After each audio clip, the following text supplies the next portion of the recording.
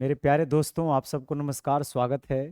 तो दोस्तों, आज नंबर सिस्टम का ये दूसरा सेट है। ये बुक से, पिनाइकल बुक से, जैसा कि आपने देखा ही है। पहला सेट में हमने क्या किया था, नंबर सिस्टम का 1 से लेकर 25 तक का सॉल्यूशन बहुत ही शानदार तरीके से किया गया है। अगर आप नहीं देखे हैं तो इसका एक कंप्लीट प्लेलिस्ट तैयार किया जा रहा है, तो आप प्लेलिस्ट में जा करके उसको देख लेंगे। ठीक है। और ये जो है नंबर सिस्टम का जो क्वेश्चन है, 26 से लेकर 50 तक होगा। यानी टोटल लगभग इसमें 489 या 90 क्वेश्चन है, जिसमें सारे क्वेश्चन का हम लोग जो है सॉल्यूशन देखने वाले हैं। और आज होगा 26 से लेकर 50 तक। तो देखिए, ये 26 नंबर क्वेश्चन देखिए क्या लिखा रहा है, पढ़िए। यदि दो प्रेक्षणों के समांतर माध्य और ज्यामितीय माध्य 10 और 15 है, कोई भी दो डेटा आप ले लीजिए। मान लिया जाए कि एगो एक्स ले लेते हैं, एगो वाई ले लेते हैं। तो माध्य का मतलब होता है दोनों को जोड़कर 2 से भाग। 3 नंबर रहेगा तो तीनों को जोड़कर 3 से भाग। ये जो माध्य दिया हुआ है वो 10 है। तो यहाँ से आप x प्लस वाई का वैल्यू बता सकते हैं कितना होगा। आप कहेंगे 20 होगा। चलिए, हमने दो नंबर मान लिया था एक्स वाई, और दोनों का माध्य निकाल दिया। तो 10 दिया हुआ था, तो x प्लस वाई का वैल्यू इससे मैंने 20 निकाल लिया। अब कहता है इसका जो ज्यामितीय मीन है, ज्योमेट्रिकल मीन है, वो 5 है।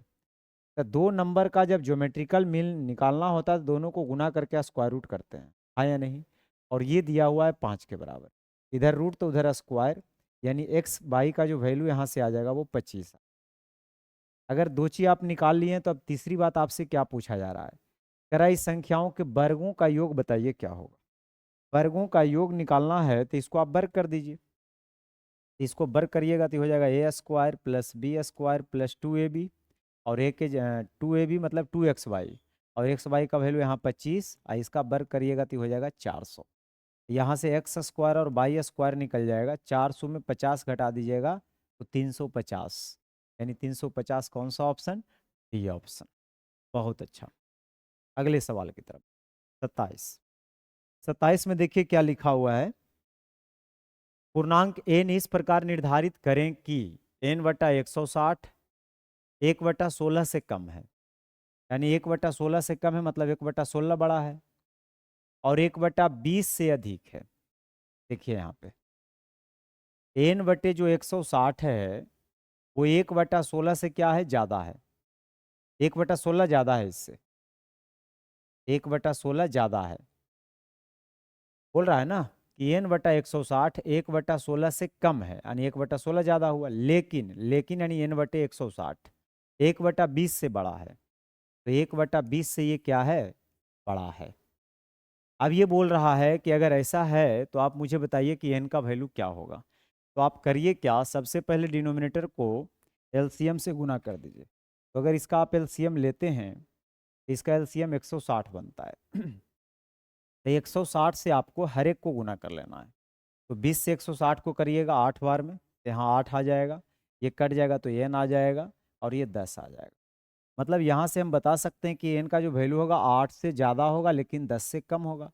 और 8 से बड़ा 10 से कम एक पूर्णांक होता है, और वो पूर्णांक है 9। ये सवाल का उत्तर है। तो बहुत ही छोटा सवाल आपसे पूछा गया है। ये सवाल को पढ़िए। दिए गए समीकरण में एक्स और जेड का उच्चतम मान, एक्स और जेड का मैक्सिमम वैल्यू चाहिए। एक्स और जेड का कौन सा वैल्यू चाहिए, मैक्सिमम वैल्यू चाहिए। और ये कंडीशन दिया हुआ है 9x/, 9x/, नहीं, क्या दिया हुआ है, 9x7 में जोड़ा जा रहा है 8yz और 7z1। और ये जोड़कर रिजल्ट कितना दे रहा है, 2526। अब एक्स और जेड का मैक्सिमम चाहिए। पहले आप ये बताइए कि अगर आप जोड़ते हैं तो 7 और 1 8 होता है, और यहाँ यूनिट डिजिट आपको 6 चाहिए। इसका मतलब जेड के जगह हम 8 रखेंगे तभी ऐसा संभव हो सकता है, क्योंकि 8 से तो कम आ नहीं सकते हैं, 8 से ज़्यादा ही जा सकते हैं। और लास्ट में 6 वाला 16 आएगा तो 26 आएगा। 26 आएगा तो फिर ये सिंगल डिजिट है ना, तो सिंगल डिजिट 90 तक होता है। तो आप सिर्फ 8 रख सकते। मतलब जेड का वैल्यू 8 किस में दिख गया, तो कहिएगा जेड का वैल्यू ए में भी दिख रहा है, जेड का वैल्यू टी में भी दिख रहा है। तो कम से कम दो ऑप्शन तो आपका गया काम से। अब आगे का हम प्लानिंग देख लेते हैं। इसमें x का वैल्यू 7 बता रहा है, इसमें x का वैल्यू 3 बता रहा है, लेकिन x का मुझे मैक्सिमम चाहिए, तो ऐसे आप इसको मार सकते हैं अगर टाइम नहीं रहेगा तो। अदरवाइज एक बार सीख लीजिए बनाने के। अब यहाँ मैं जैसे ही देखा कि 8 7 15 1 16 का छो बाकी एक, अगर इसको जोड़िएगा तो आप यहाँ पे अगर जोड़ के देखते हैं ना तो 9 8 17 7 24 आ रहा है, लेकिन यहाँ लिखा गया है 25। इसका मतलब एक वाला यहाँ आया होगा, तभी तो एक इधर कैरी आकर के 25 बनाया। मतलब यहाँ पक्का मैं कह सकता हूँ 12 आया होगा, जिसमें एक भी शामिल होगा।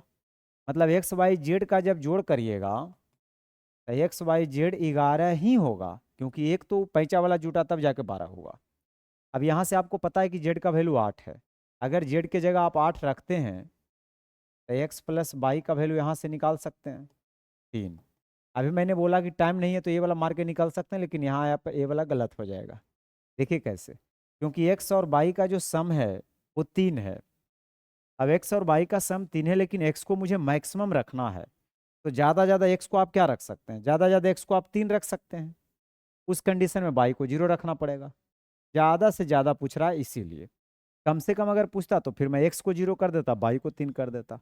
मतलब एक्स का वैल्यू 3 आएगा और जेड का जो वैल्यू आएगा वो कितना आएगा, 8 आएगा।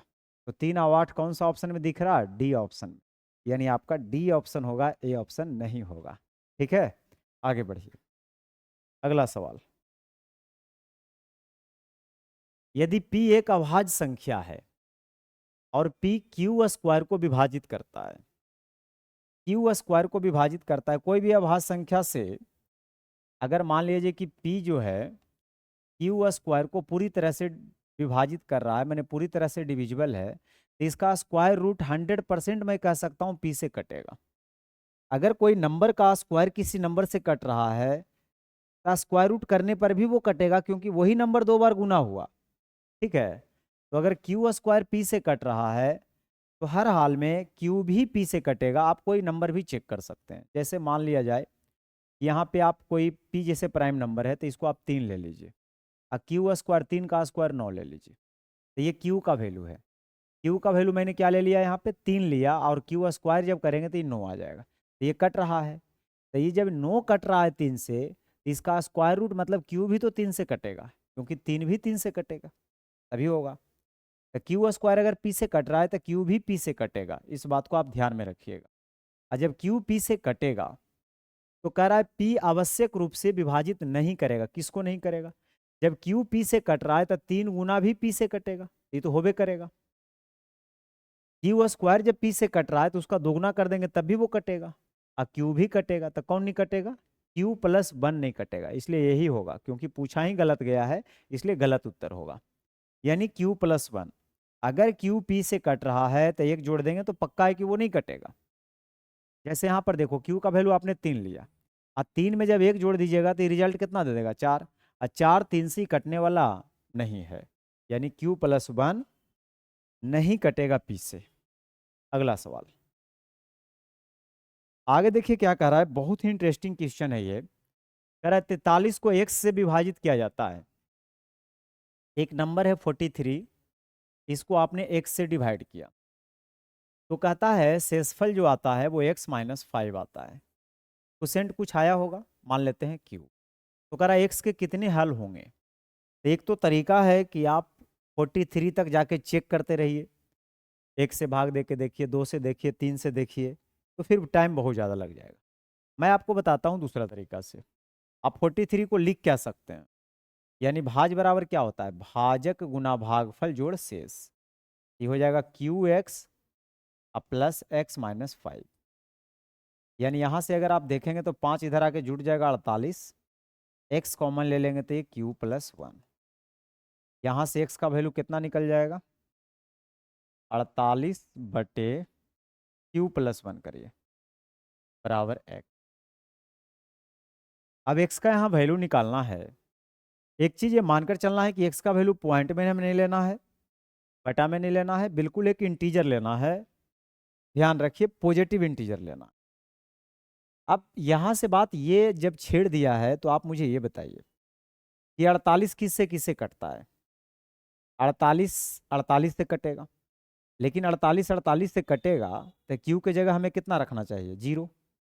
लेकिन अगर आप क्यू के जगह 0 रखिएगा तो आप समझ रहे हैं 0 बार में थोड़ी हम लगाएंगे, 0 बार में लगाएंगे तो कभी भी 43 नहीं आएगा, तो 0 तो हम ले नहीं सकते हैं।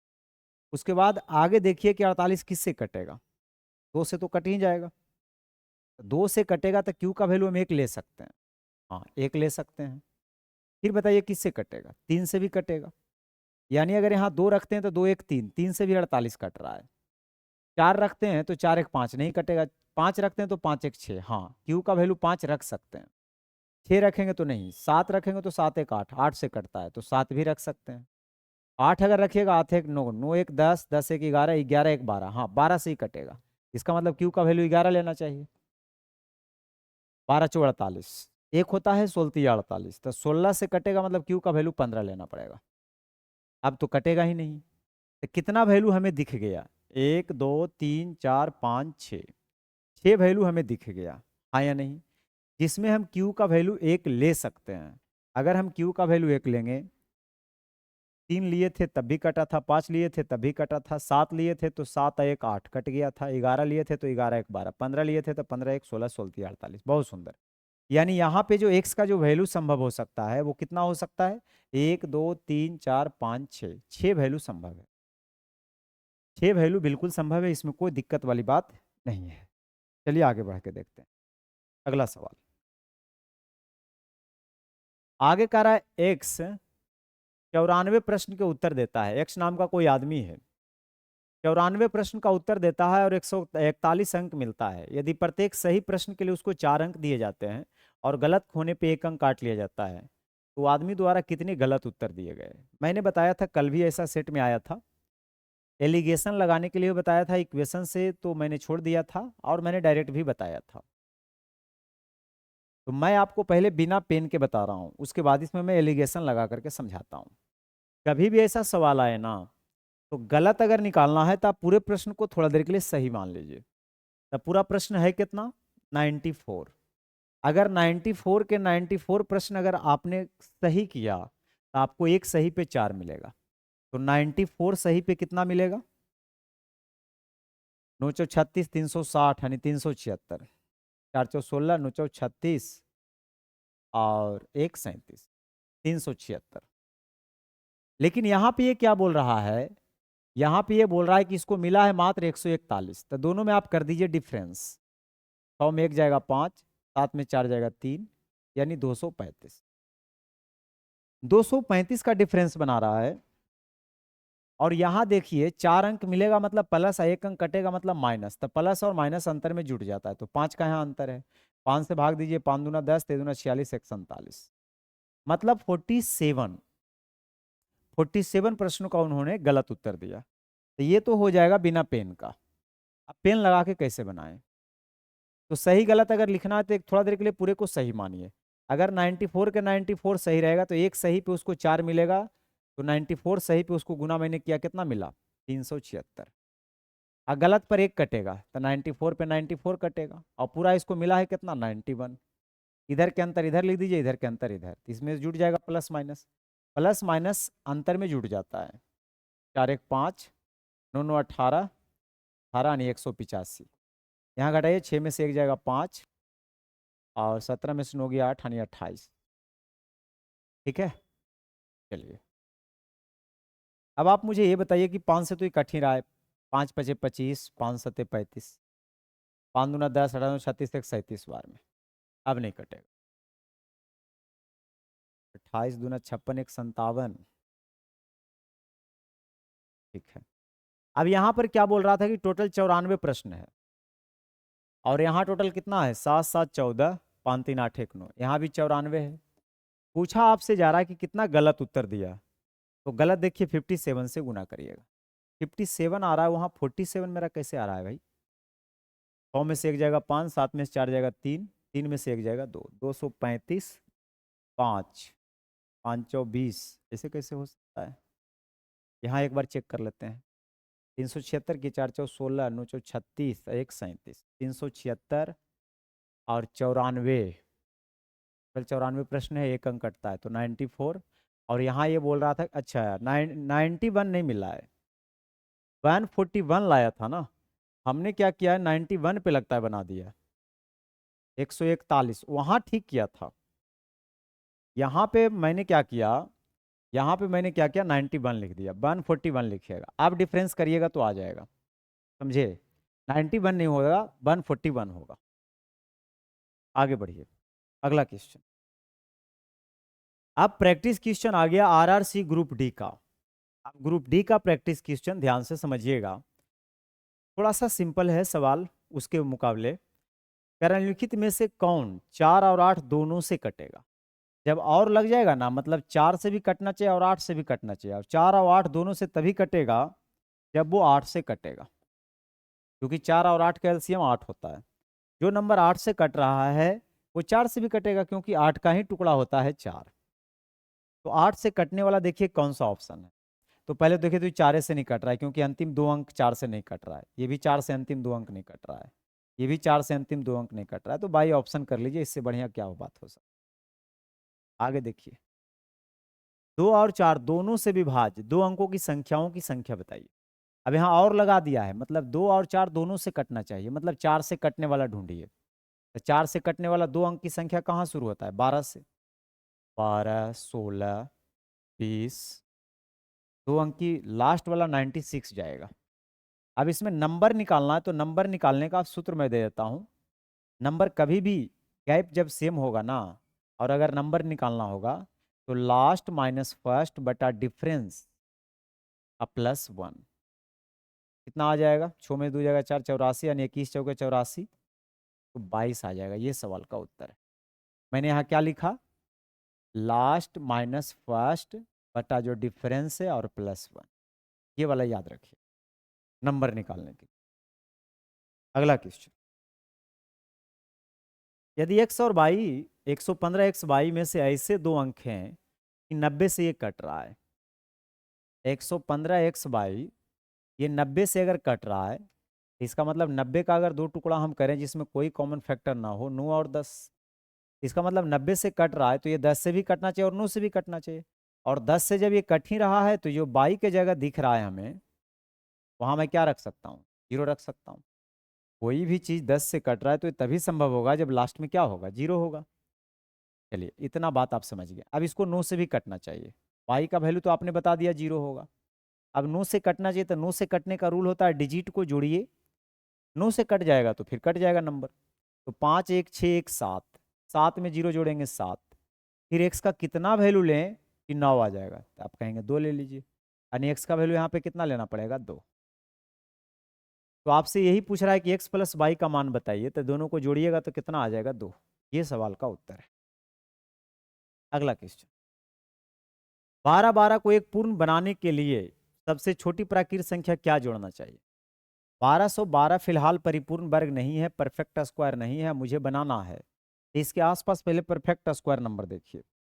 40 का स्क्वायर 1600, ज़्यादा हो जाएगा। 35 का स्क्वायर 1225, 34 का 1156, यानी ये 34 के स्क्वायर से ज़्यादा है, लेकिन ये 35 के स्क्वायर से कम है, हाँ या नहीं। तो 1156 होता है, और चूंकि मुझे जोड़ना है, आई 1225 होता है। 1212 तो दे ही रखा है,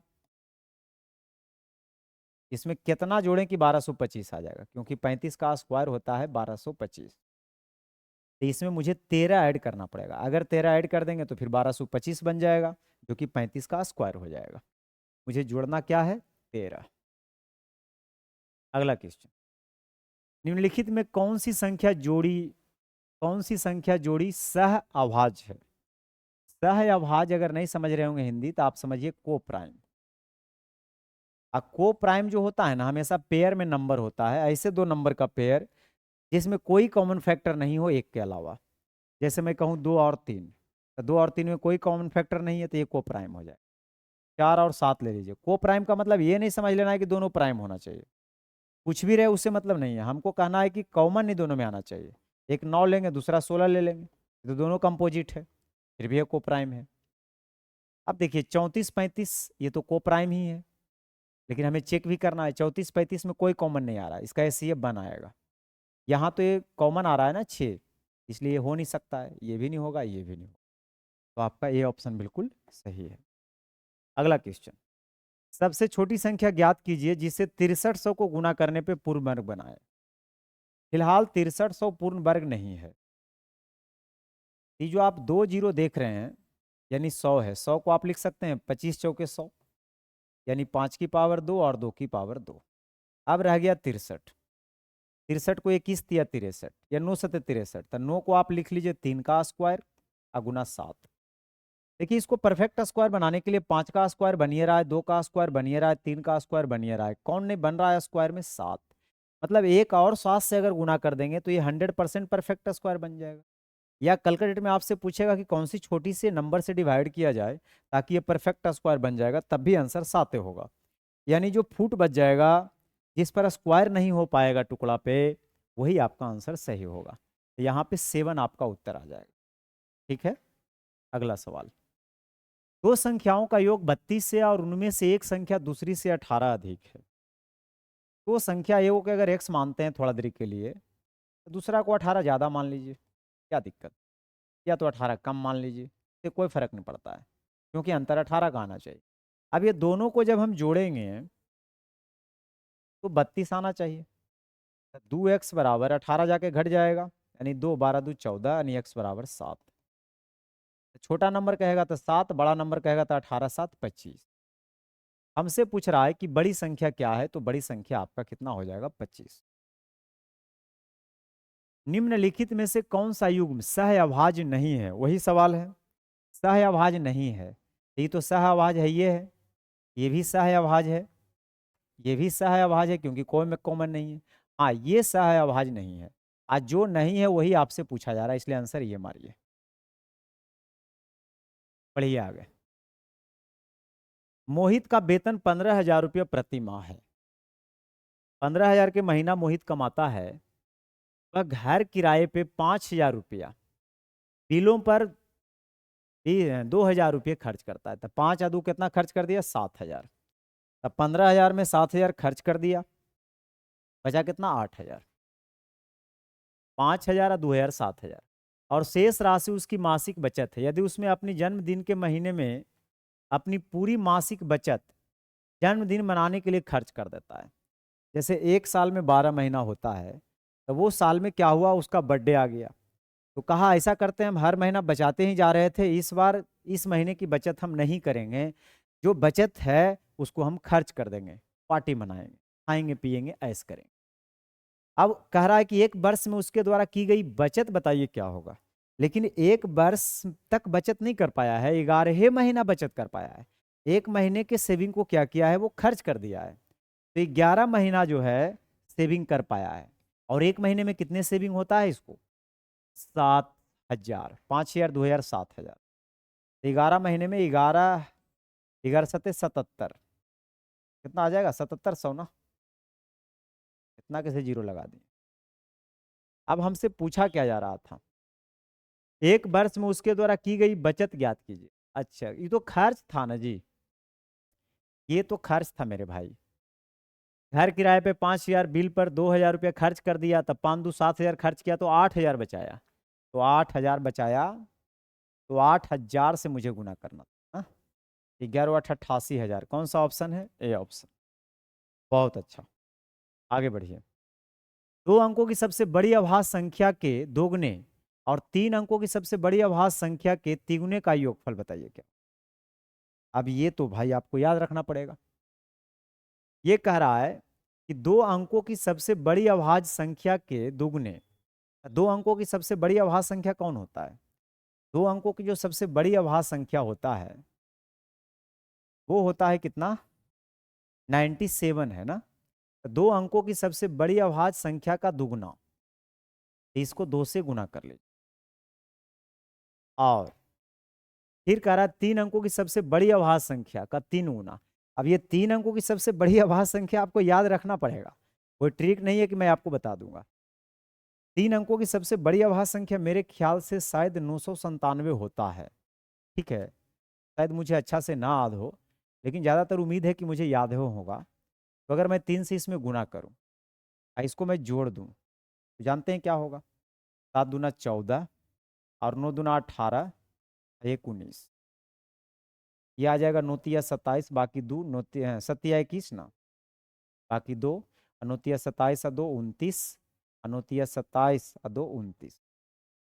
हाँ, अब इसको जोड़िए, 4 और 1 5, चलिए फिर देखिए 9 और 9 18, लास्ट में 85 है कहीं पे, मिल तो रहा है, और 29 है 31, एक बकिया 31। यानी मुझे याद था, लेकिन ज़्यादा मुझे याद नहीं है, ये मुझे याद था कि 997 जो होता है एक जो है प्राइम नंबर है, और ये आज मुझे काम कर गया, अदरवाइज नहीं याद रहता तो फिर हमसे नहीं बन पाता। तो जरूरी है कि आप इसको याद करिए, और सबसे बड़ा ही पूछा जाता है, बीच में आपसे नहीं कोई पूछेगा।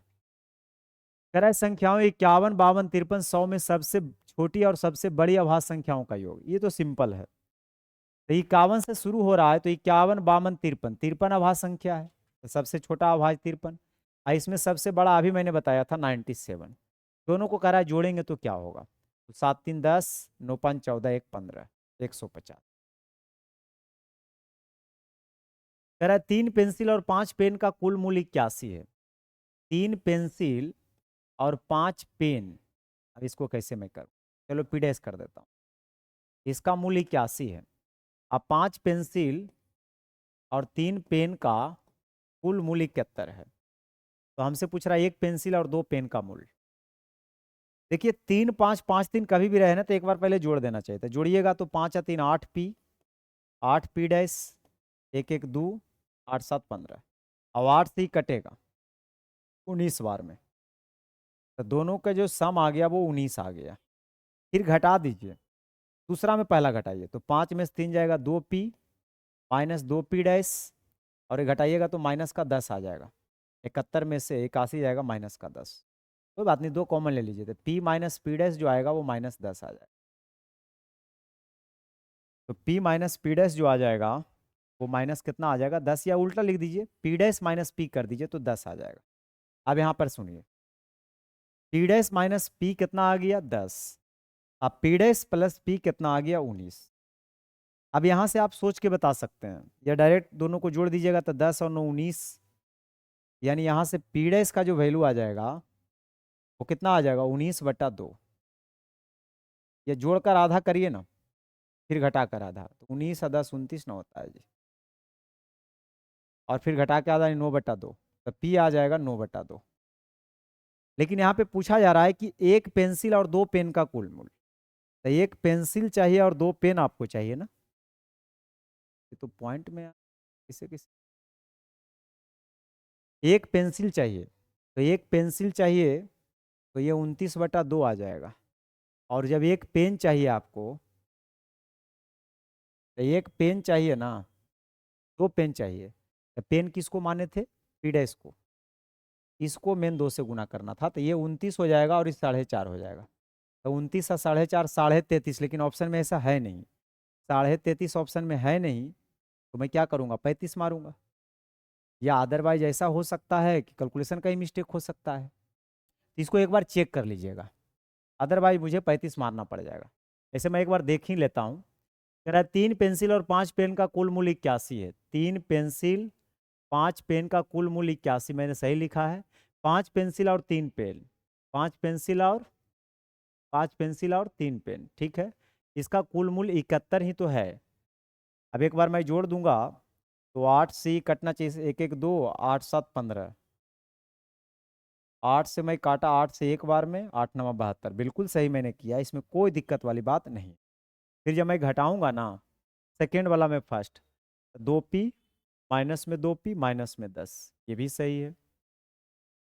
तो यहाँ से मुझे आ गया, माइनस मैंने कॉमन ले लिया था ना, अच्छा अच्छा, 2 कॉमन लेंगे तो यहाँ 5 हो जाएगा, सॉरी यहाँ मिस्टेक हुआ, ये मेरे भाई 5 होगा, तो 19/5, 19/24 के आधा 12, यानी पी डैश आ जाएगा 12, पी डैश यहाँ 12 आ जाएगा, और जब ये 12 आएगा तो जोड़ करके 19 होना चाहिए, मतलब 7, पी आ जाएगा 7।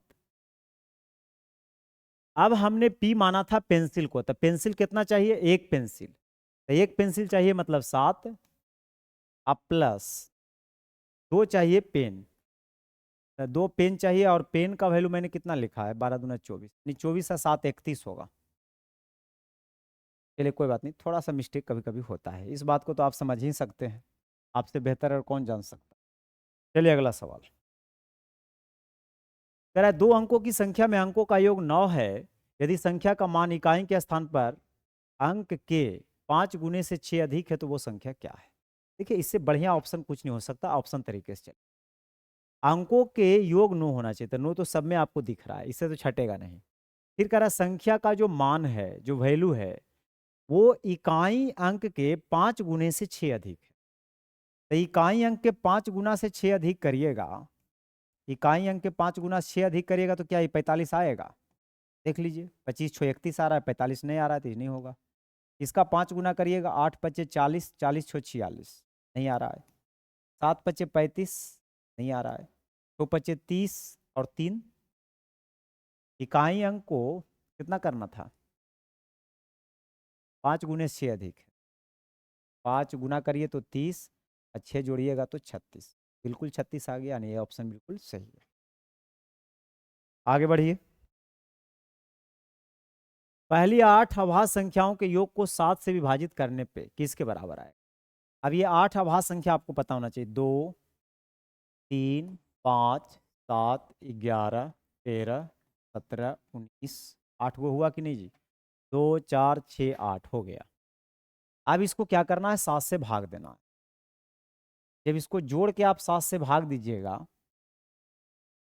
तो रिजल्ट क्या आएगा?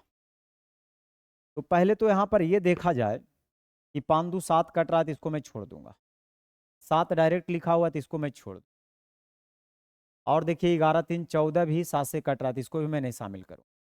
7 से इसको भाग दीजिएगा, 7 दूना 14 यानी 5 बचेगा, 7 दूना 14 यानी 3 बचेगा, और यहाँ पे माइनस का 1 बचे। ठीक है, तो 5 3 8 तो पूरा कट रहा है। अरे भाई हम रिमाइंडर निकालने लग गए, हमसे पूछ रहा था भागफल क्या होगा। चलिए कोई बात नहीं, 3 2 5 5 10 7 17, 17 और 11 कितना होता है जी? चलिए 17 और 11 हो जाएगा जा करके, 17 11 28, 28 और 30 और 49, यानी 9 8 17, 4 2 6 1 7, 77। अब 77 को 7 से भाग देंगे तो भागफल क्या होगा? रिमाइंडर नहीं पूछ रहा था, भागफल पूछ रहा था। रिमाइंडर तो वैसे भी 0 आएगा ना, क्योंकि पूरा कट जाएगा। कह रहा है 9 के लगातार 3 गुंजों का योग 2457 है, तो सबसे बड़ा गुणज क्या है? अब 9 के लगातार गुणज की बात कर रहा है, तो पहला गुणज को अगर 9 के मल्टीपल में आप 9x मानते हैं, इसके जस्ट आगे वाला में 9 जुटेगा, क्योंकि 9 से कटना चाहिए। फिर आगे में 9 जोड़िएगा तो 9x + 18 होगा, हाँ या नहीं? और तीनों का योग 2457 है, तो सबको जब जोड़िएगा तो 9 तिया 27x अब +18 9 27, और ये 2457 है। 27 कॉमन ले करके काट सकते हैं, 27 पहले घटाइए, तो 27x बराबर 7 में 7 जाएगा 0, 5 में से 2 गया 3, यानी 2430, ये 9 बार में कट जाएगा, यानी x का वैल्यू 90 आ गया। तो हमसे पूछ रहा है सबसे बड़ा गुणज, तो यहाँ पे रख दीजिए वैल्यू 90, तो 9 गुना 90 + 18, यानी 810 में 18 अगर जोड़िएगा तो 828, ये सवाल का उत्तर है। बहुत अच्छा। अगला सवाल, 2 या 5 से 3 अंकों की कुल कितनी संख्याएं विभाज्य है? देखिए 2 या 5, और 2 और 5 दोनों में आसमान जमीन का अंतर होता है। 2 या 5 का मतलब हुआ कि 2 से कटे या तो 5 से कटे, या दोनों से कटेगा तब भी चलेगा। तो जब भी या वाला केस रहे ना, तो 2 से कटता है उसको काउंट करिए, 5 से कटता है उसको काउंट करिए, फिर 2 5 एक साथ, 2 5 एक साथ मतलब 2 5 का एलसीएम कितना होता है? 10, 10 से कटता है तो इसको जोड़िए और इससे इसको घटाइए, क्योंकि 10 से दोबारा काटने की जरूरत नहीं है, ऑलरेडी कट चुका है। तो आप ये तरीका को ध्यान में रखिएगा। तो सबसे पहले 3 अंकों के पहले मैं संख्या लिखता हूँ। 100 से शुरू होता है, 101, 102, और ये जाता है 999 तक। मैं आपको बता दूं कि इसमें 2 से कटने वाला अगर नंबर चाहिए तो आप टेंशन फ्री होकर के, जैसे आप घटाइएगा तो 100 से लेकर 990 तक, 100 से लेकर 999 तक टोटल 900 नंबर होता है। तो आपको 2 से कटने वाला चाहिए तो 900 को 2 से डिवाइड करिए, तो ये आ जाएगा 450।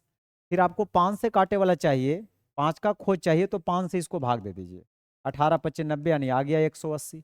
फिर 10 से काउंट करना है, 10 से खोज करना है, तो फिर 10 से भाग दे दीजिए, तो ये आ जाएगा 90। यानी आप करिए क्या कि 2 से कटने वाला नंबर मुझे 450 पता चल गया, 5 से कटने वाला नंबर मुझे 180 पता चल गया, और 10 से कटने वाला नंबर मुझे कितना पता चल गया, 90 पता चल गया। बस खत्म। घटाइएगा 90, 90 जोड़िएगा 540 सवाल का उत्तर है। तो आप इस तरीके से करिएगा। बहुत अच्छा। अगला सवाल, एक दो को और बचा हुआ है, 50 तक ही सोल्यूशन हो पाएगा। कह रहा है, दो लगातार प्राकृत संख्याओं के वर्गों का योग 313 है। इन संख्याओं में सबसे छोटी संख्या क्या है? बढ़िया रहता है ऑप्शन। अगर छोटका को 12 मानते हैं तो बड़का कितना हो जाएगा, 13। क्या स्क्वायर का सम करिएगा तो आएगा 313। चेक कर लीजिए। 169 और 144, 9 4 13, 30 1 31, बिल्कुल आ गया। यही ऑप्शन आपका क्या है, सही है।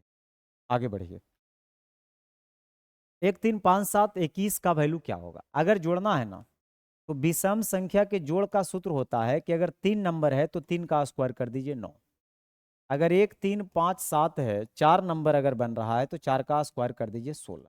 लेकिन ये नंबर पता कैसे करें जल्दी में? तो जो लास्ट वाला रहता है ना, उसको एक जोड़ के आधा कर दीजिएगा तो नंबर निकल जाएगा।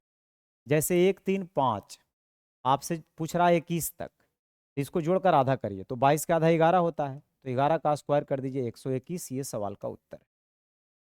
अगला सवाल, कह रहा है 1 से 150 के बीच कितनी संख्याएं जो 3 और 4 दोनों से कटता है? और लग जाएगा तो खुशी मनाइए, क्योंकि 3 और 4 दोनों से कट रहा है, मतलब 3 4 का एलसीएम ले लीजिए 12 होता है। मतलब सिर्फ 12 से कटने वाला नंबर चाहिए, वो भी 1 से लेकर 150 तक। तो सबसे पहले तो 12 को ही पकड़िए, फिर 24, फिर 36। 12 गुना 12 144 होता है, तो मैक्सिमम 144 तक जाएगा। और अगर नंबर निकालना है तो अभी मैंने एक तरीका बताया था। वो तरीका क्या बताया था बताइए? लास्ट में फर्स्ट को माइनस करते हैं और जो डिफरेंस रहता है उससे भाग देके एक जोड़ देते हैं। ये कितना आ जाएगा जी? 132 आ जाएगा ना। इसको घटाइएगा तो 132 आ जाएगा, 11 बार में कट जाएगा, नहीं 11 1 12। ये सवाल का उत्तर है। तो बस 50 तक कैसा लगा जरूर बताइए कमेंट करके, और दोस्तों के साथ शेयर भी करिए, है ना। चैनल पे नए हैं तो जरूर सब्सक्राइब करिए। आप सबको बहुत बहुत धन्यवाद अब तक के बने रहने के लिए। मिलते हैं अगले लेक्चर में, यानी 50 तक ना हुआ है, 51 से लेकर 75 तक। अभी जो सीरीज है 25-25 का है, क्योंकि लोग अभी कम है मेरे साथ।